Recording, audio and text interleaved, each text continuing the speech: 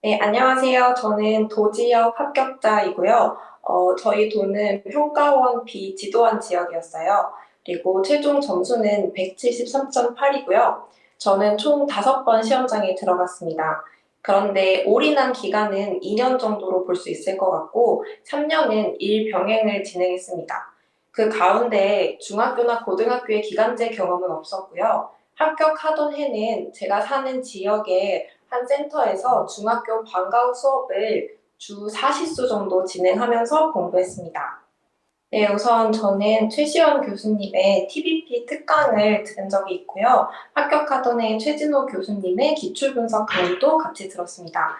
그리고 2년 전에는 모의고사 커리큘럼을 다 따라서 7월부터 11월까지 모의고사와 첨사반을 수강을 하였습니다. 그리고 저는 개인적으로 전공 점수가 계속 아쉬워서 공부를 오래 하게 된 케이스인데, 합격하던 해에는 지난 해보다 8점을 더 높이 올리면서 합격을 할 수 있게 되었다고 생각해요. 어, 오래 공부를 한 만큼 저의 방법이 모든 분들에게 적용이 될 거라고 생각하지 않기 때문에 혹시나 저처럼 공부가 조금 길어지시는 분들이나 왜 떨어지는지 잘 모르겠는 분들이 저의 합격 수기를 보고 도움을 받으셨으면 하는 마음에 이런 영상을 찍게 되었습니다. 우선 일반 영어와 문학부터 말씀을 드리자면 저도 영어 실력이 그렇게 출중하지 않다고 생각했기 때문에 시험을 준비하는 초반에는 이 부분에 있어서 굉장히 많은 시간을 투자를 했었거든요. 단어도 다른 분들이 하는 방법처럼 스터디를 해보고 여러 가지 강의도 들어보고 책도 읽어봤는데 합격하던 해에 제가 쏟았던 일반 영어 공부 방법은 합격자들의 답안을 위주로 분석을 하면서 계속해서 기출 문제를 푸는 방법이었습니다. 다른 과목도 마찬가지지만 저는 강의든 책이든 다양한 방법에서 자신이 원하는 분야에 도움을 받는 것이 물론 도움이 되겠지만 가장 중요한 것은 합격자들의 답안 스타일 그리고 이 시험이 요구하는 답안을 어떻게 쓰는지 그것을 분석하는 방법이 전공 점수를 잘 받는 데 가장 중요하다고 생각했습니다. 그래서 다른 과목도 그랬지만 특히 일반 영어 문학은 많은 문제를 풀어본다고 해서 그 문제에 대해서 모든 답을 정확하게 쓰는 게 이게 맞나? 라는 생각이 들 때도 있잖아요. 그래서 그럴 때 방향의 길라잡이의 역할을 할 수 있는 것이 기출 문제와 합격자들의 답안이라고 생각을 했습니다. 그래서 몇 개년치의 기출을 다 분석을 한 뒤에 합격자들의 여러 답안의 케이스를 일렬로 쭉 정렬을 해서 공통적으로 쓰인 키워드들을 제가 한번 취합을 해봤어요. 그래서 이 문제의 포인트는 이 키워드를 끌어내는 것이겠구나라고 생각을 했습니다. 그렇게 일반 영어는 도움을 많이 받았던 것 같고요. 연결원의 경우는 최시영 교수님의 강의가 정말 저는 도움이 많이 됐어요. 제가 처음에 계속해서 떨어지고 나서 사실은 그 불합격에 대한 마음이 너무 아파서 페인 분석을 제대로 하지 않았는데요. 작년에 떨어지고 나서는 눈을 딱 감고 2월 달에 지역 교육청에 방문을 해서, 도교육청에 방문을 해서 저의 답안을 한번 확인하는 시간을 가졌습니다. 그리고 나서 제가 느꼈던 저의 페인은 영어 교육론에 굉장히 개념이 약하구나 였어요. 문제를 분석해 보시면 아시겠지만 사실 다른 전공도 모두 중요하지만 영어 교육용 문항이 굉장히 많은 걸 아실 수 있거든요. 근데 저는 영어 교육용 기입형뿐만 아니라 아이덴티파이 문제에서 항상 그 이전 자리를 놓쳤던 걸 확인할 수 있었습니다. 그래서 내가 이렇게 배점이 많은 내용학을 왜 소홀히 했을까라는 생각이 들면서 TBP 강의를 다시 들어보기 시작했습니다. 그리고 나서 연결원이 원하는 영어 교사로서의 원하는 개념은 무엇일까를 깨달으면서 상반기에는 제가 놓치고 있었던 원서의 개념들을 익히는 시간을 가졌던 것 같아요. 그리고 나서 여름쯤부터는 아까 일반 영어에서 말씀드린 것처럼 합격자 답안을 분석해서 이 문제는 이런 답안이 꼭 필수로 키워드로 들어가야 하는구나 등을 점검하면서 답안 쓰는 방법을 익혀갔던 것 같습니다. 그래서 상반기에 조금 양이 많았던 TBP 원서를 강의 도움을 받아서 개념을 숙지시키면서 이 개념은 이런 흐름으로 나오게 되었구나. 만약에 교사가 된다면 이 방법을 적용해 보면 좋겠구나. 라는 것을 느끼면서 영어 교육론에 대해서 조금 해안이 넓어지는 계기가 아니었을까 생각해 봅니다. 마지막으로 영어학 같은 경우는요. 제가 원래 대학 때부터 영어학을 좋아하기도 했었고 개념 자체가 부족하다는 느낌은 아니었어요. 근데 항상 좀 답을 쓸 때 보면은 그 물어보는 개념을 잘 파악하지 못하고 조금 원하는 키워드가 아닌 다른 키워드를 넣어서 오답의 확률을 높이는 그런 경향을 보이더라고요. 그럴 때 이제 최진호 교수님의 그 기출 분석 특강을 들으면서 이 기출 문제가 어떤 것을 원하는 거였는지를 좀 도움을 많이 받았습니다. 영어학은 다른 합격자의 답안을 보는 것보다 정확히 분석된 책이나 강의를 통해서 그 개념을 정확히 숙지시키는 게 시간을 아낄 수 있었던 방법 같아요. 그래서 영어학도 원서를 보긴 했지만 연결원처럼 꼼꼼히 보지는 않고 제가 개념을 확실히 알고 있는지 아닌지를 잘 파악을 한 뒤에 오로지 그 전공 강의와 그 최진호 교수님 책을 보면서 계속해서 기본에 충실하는 연습을 하려고 했던 것 같습니다. 저는 총 5번 시험장에 들어갔지만 공립 2차 시험은 올해가 처음이었거든요. 하지만 저는 떨어질 때마다 항상 떨어질 줄 모르고 12월에 항상 한 달 동안은 그 2차 준비 기간을 거쳤어요. 그래서 어찌 보면 5개월 정도는 2차를 준비하는 기간을 가졌다라고 할 수 있을 것 같고요.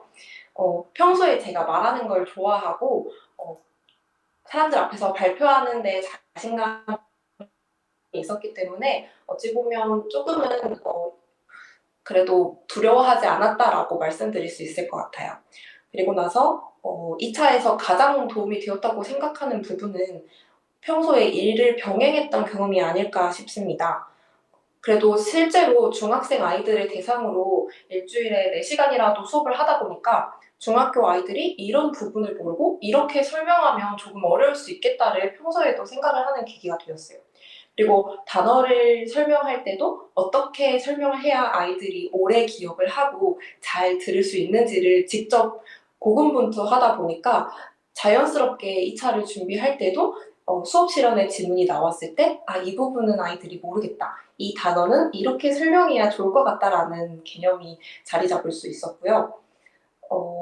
처음 만약에 2차를 준비하시는 분들이라면 일단은 기출문제를 통해서 어떤 수업 시연의 틀을, 면접의 틀을 요구하는지를 먼저 익히는 게 우선이라고 생각합니다.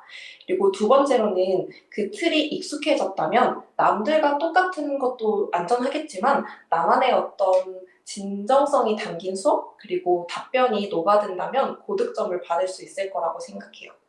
저도 처음에는 자신감이 많이 부족했었는데 최시영 교수님이 2번의 도움을 주셔서 서울까지 가서 피드백을 받아본 결과 저에게 너무나 적절한 피드백을 해주셨고 이럴 때는 이런 답변이 도움이 되는구나를 잘 알 수 있었기 때문에 전문가의 피드백을 받는 것이 2차에서는 중요한 부분이라고 생각합니다.